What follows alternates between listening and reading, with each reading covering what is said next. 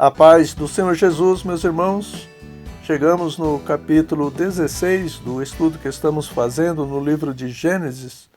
Eu vou ler apenas os versículos de 1 a 6, que diz assim: Ora, Sarai, mulher de Abrão, não lhe dava filhos, e ele tinha uma serva egípcia, cujo nome era Agar. E disse Sarai a Abrão: Eis que o Senhor me tem impedido de dar à luz. Toma, pois, a minha serva, porventura terei filhos dela. E ouviu Abrão a voz de Sarai. Assim tomou Sarai, mulher de Abrão, a Agar, egípcia, sua serva, e deu-a por mulher a Abrão, seu marido, ao fim de 10 anos que Abrão habitara na terra de Canaã. E ele possuiu a Agar, e ela concebeu.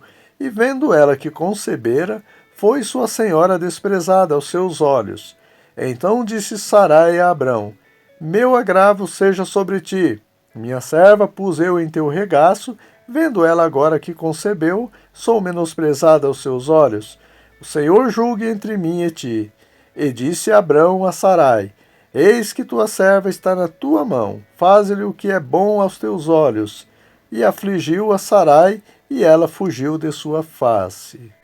Bom, no capítulo anterior, nós vimos Abrão recebendo a promessa que a descendência dele seria como as estrelas do céu, em quantidade numerosa, e o texto diz que Abrão creu e isso lhe foi imputado como justiça.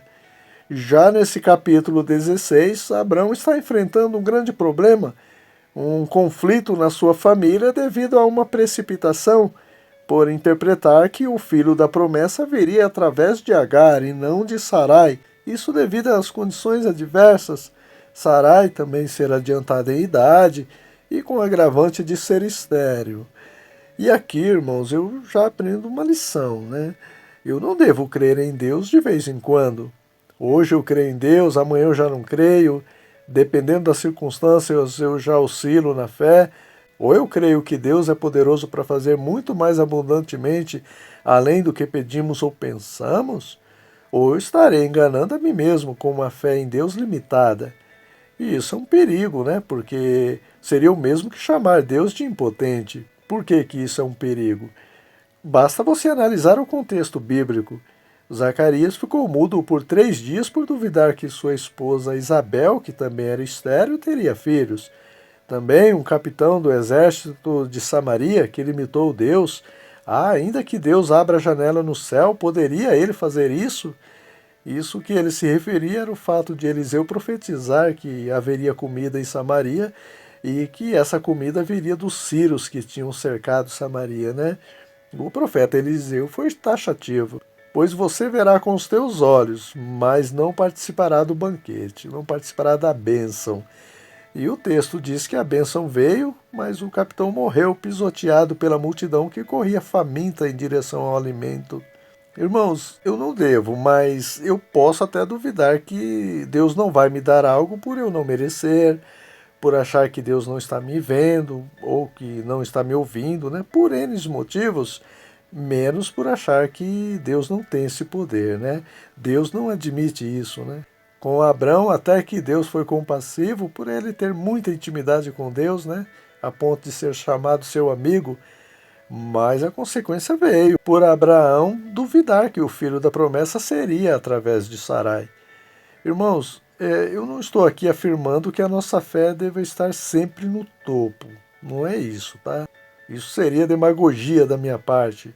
É comum a fé ir se consumindo aos poucos devido às dificuldades que vão surgindo, né?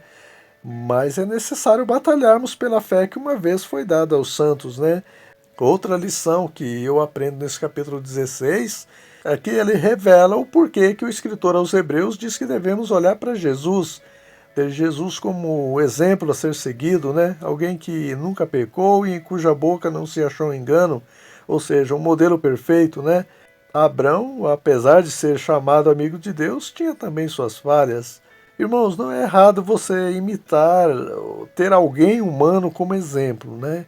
O mesmo escritor aos Hebreus vai dizer: Lembrai-vos dos vossos pastores que vos falaram a palavra de Deus, a fé dos quais imitai, atentando para a sua maneira de viver, mas sabendo que essa pessoa é imperfeita e que está sujeita a tropeçar a qualquer momento.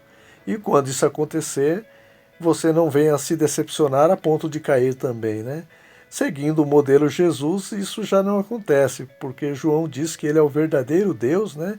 E o salmista vai dizer que o caminho de Deus é perfeito.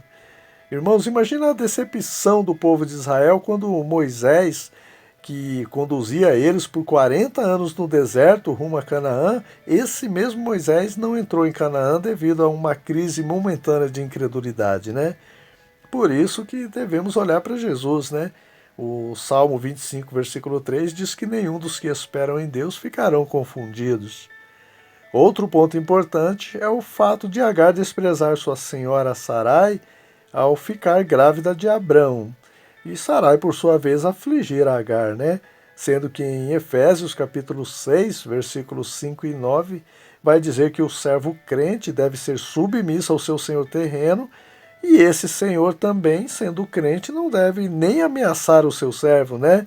Ainda que isso não estivesse escrito nos dias de Abraão, princípios bíblicos dão resultados em todo lugar, em todo tempo, seja crente ou não. E da mesma forma, se não forem aplicados, terão as consequências também. Eu já vi casais não crentes idosos de 80 anos andando na rua de mãos dadas, porque apesar de não serem crentes, a esposa se sujeitava ao marido como a igreja a Cristo, e o marido amava a esposa como Cristo amou a igreja, né? Enquanto que também já presenciei crentes com 1 ano de casados se divorciarem, porque a esposa não era submissa ao marido e nem o marido amava a esposa, né? Irmão, se Agar não desprezasse Sarai e Sarai não a afligisse, certamente eles viveriam em paz, mesmo tendo tomado a atitude precipitada de Abrão ter um filho com Agar. Interessante que Jesus vai dizer para os seus discípulos, né? No mundo vocês terão aflições. E o salmista também vai dizer que essas aflições, as aflições dos justos, né, serão muitas, mas parece que tem pessoas que correm atrás das aflições, né? Só que existem aflições que podem ser evitadas, né? Porque são consequências de atitudes erradas que tomamos fora da palavra de Deus. Já era a segunda vez que Abrão correu atrás da aflição, né? Lembra do Egito, quando ele foi para lá devido à fome, né? E disse que Sarai era sua irmã. Irmãos, nós não precisamos ir atrás das aflições, elas virão naturalmente, tá? Em Provérbios, capítulo 10, versículo 22, diz que as bênçãos do Senhor enriquecem e não acrescenta dores. Abrão receberia a bênção, né? Que seria o Isaque, só que ela viria com as dores da contenda e desgastes causados por ele mesmo, né? Quando as bênçãos vêm acrescentadas de dores, essas dores são devido à nossa precipitação, por não esperarmos com paciência no Senhor. Mas servimos um Deus perito em transformar maldições em bênçãos, e o motivo da demora que levou Abraão a se precipitar, Deus transformou em bênção, né? O filho da promessa só viria 25 anos depois da primeira promessa, né? Abraão recebeu a promessa com 75 anos e Isaac só viria quando ele tivesse 100 anos, né? E lá em Romanos, capítulo 8, versículo 28, diz que todas as coisas cooperam juntamente para o bem daqueles que amam a Deus. Até mesmo essa demora em Abraão receber a sua bênção seria para o bem dele mesmo, né? Quanto mais demorava a bênção de Abraão, quanto mais velho ele e Sara ficavam, mais impossível se tornava um milagre. E quando ele viesse, a fé de Abraão aumentaria sobremaneira, a ponto dele estar disposto até a sacrificar para Deus o filho que viria, né? Claro que a fé vem pelo ouvir a palavra de Deus, né? E ela também aumenta quando continuamos ouvindo a palavra de Deus, mas a fé seguida de milagre é muito melhor, né? É como um alimento para o corpo, né? O arroz e o feijão é o suficiente para tirar a fome e dar crescimento, mas acompanhado de uma misturinha fica bem melhor, né? A palavra de Deus também não precisa de complemento, mas os milagres são bem-vindos, né? Em Marcos capítulo 16, versículo 20, diz que os discípulos saíram pregando a palavra por todas as partes, cooperando com eles o Senhor e confirmando a palavra com os sinais que se seguiam, né? Os milagres são a confirmação de Deus que a palavra partiu dele. Irmãos, nós temos que ver as dificuldades do dia a dia como se fosse halteres de uma academia, né? Que deixa o corpo todo dolorido, mas depois os resultados são um corpo fortalecido, né? Assim também são as lutas, né? Elas doem na alma, mas nos fortalecem espiritualmente quando passarmos por elas. Por isso que Jesus não tirou o espinho da carne de Paulo, né? Uma fraqueza que ele tinha, porque ele seria fortalecido pelo poder de Deus nas suas fraquezas. Irmãos, outra coisa, é bom deixar claro aqui que o fato de Sarai influenciar Abrão a tomar uma atitude precipitada, assim como Eva fez com Adão, não significa que o marido não deva ouvir os conselhos da esposa, né? Nós vamos ver mais para frente o Abrão agora receoso de dar ouvidos novamente a Sarai, e Deus vai falar para ele, né? Olha, Abrão, ouça a Sara em tudo que ela lhe disser. Irmãos, não existe ninguém perfeito, né? Nem aquela mulher virtuosa de Provérbios, capítulo 21, versículo 10. Também a igreja de Filadélfia. Mas são pessoas que têm virtudes, né? E nós temos que valorizar essas virtudes, as virtudes da esposa, e não ignorá-la devido aos seus defeitos. Jesus fazia isso com as 7 igrejas da Ásia. Ele elogiava as virtudes e tratava os defeitos, mas com amor. Eu tenho dito, irmãos, que uma atitude isolada não define o caráter de ninguém, mas o contexto da vida desta pessoa, né? E Sarai não estava ao lado de Abrão 1 ou 2 dias apenas, mas já fazia muitos anos, sempre acompanhando ele, chamando ele de Senhor, sendo submissa, respeitando, até mesmo na questão de confirmar que ela era a irmã dele, né? O capítulo encerra com o anjo encontrando Agar no deserto e perguntando de onde ela vinha e para onde ela ia. Quando ela disse que fugia da sua senhora, ela nem disse o motivo e o anjo logo advertiu, né? Volta e humilha-te diante dela. O anjo já sabia, né, que ela estava fugida porque ela não se humilhou, mas ela desprezou a sua senhora, né?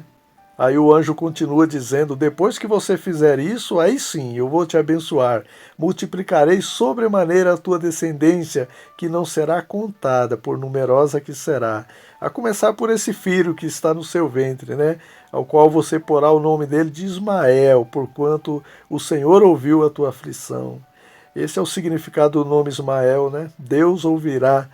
Tudo isso, irmãos, o anjo fez diante de uma fonte, um poço com água, né, entre Cádiz e Bered, mostrando que Deus ele tem cuidado mesmo daqueles que se afastam da sua presença, almejando que eles retornem, né? Então Deus tem cuidado dessas pessoas também, porque Deus não quer perder ninguém, irmãos. Deus quer que todos se arrependam e venham ao conhecimento da verdade. Mas o fato é, meus irmãos, que Deus só exalta aqueles que se humilham diante dele, né?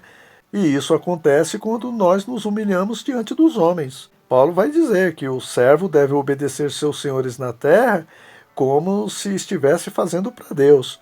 Por isso que Agar se humilhando diante de Sarai é como se ela estivesse se humilhando diante do próprio Deus, né, que mandou ela fazer isso. Enfim, meus irmãos, humilhai-vos diante da potente mão de Deus, para que a seu tempo, né, no tempo de Deus, ele vos exalte. Depois o texto vai dizer também no segundo livro das Crônicas, capítulo 7, versículo 14, e se o meu povo, que se chama pelo meu nome, se humilhar e orar e buscar a minha face e se converter dos seus maus caminhos, então eu ouvirei do céu, perdoarei os seus pecados e sararei a sua terra. Agar, que se converteu do seu mau caminho, voltou, se submeteu novamente a Sarai, se humilhou como se estivesse se humilhando diante do Deus que mandou ela fazer isso, e Deus a exaltou grandemente, né? Os descendentes de Ismael são os árabes e somam hoje por volta de 420 milhões em todo o mundo, para a glória de Deus. Amém, meus irmãos? Concluímos assim mais esse capítulo. No próximo vídeo estaremos refletindo no capítulo de número 17. Deus abençoe a todos.